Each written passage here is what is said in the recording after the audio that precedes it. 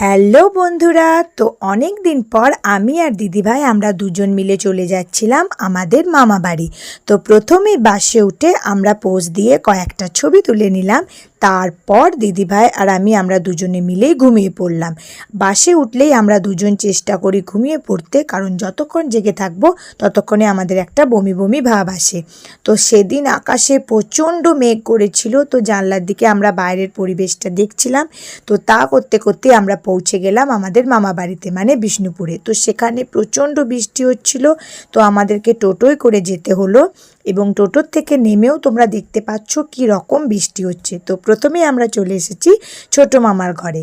তো দেখো আমরা চলে এলাম ছোটো মামার ঘরে। এখন প্রচণ্ড বৃষ্টি হচ্ছিল, তো বাইরে একদমই দাঁড়ানো যাচ্ছিল না। তো আমরা প্রথমেই চলে গিয়েছিলাম একদম ঘরের ভেতরে। তো ঘরের ভেতরে গিয়ে আমরা প্রথমেই সমস্ত কিছু রেখে প্রথমে একটু টিফিন করে নিলাম।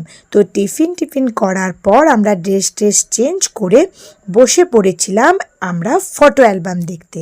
তো এখানে আমাদের পুরনো দিনের অনেক ফটো দেখতে পেলাম, এবং সেগুলো দেখে তো আমাদের মনটা পুরো ভরে গিয়েছিল। এবং এই সব ছবিগুলো মামি খুব যত্ন করে অ্যালবামে রেখে দিয়েছে। দেখার পর আমাদের মনটা খুবই ভরে গেল।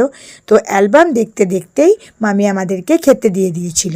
তো আমরা ভাত রাত খেয়ে দিয়ে একটু রেস্ট নিতে চলে এসেছিলাম।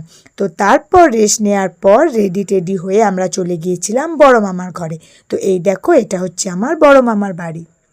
তো বড় মামার বাড়িতে ঢুকে যাওয়ার পর সেখানেও তো আর এক টিফিন অনেক কিছু নিয়ে এসে মামাও আমাদেরকে অনেক কিছু খাইয়ে দিল।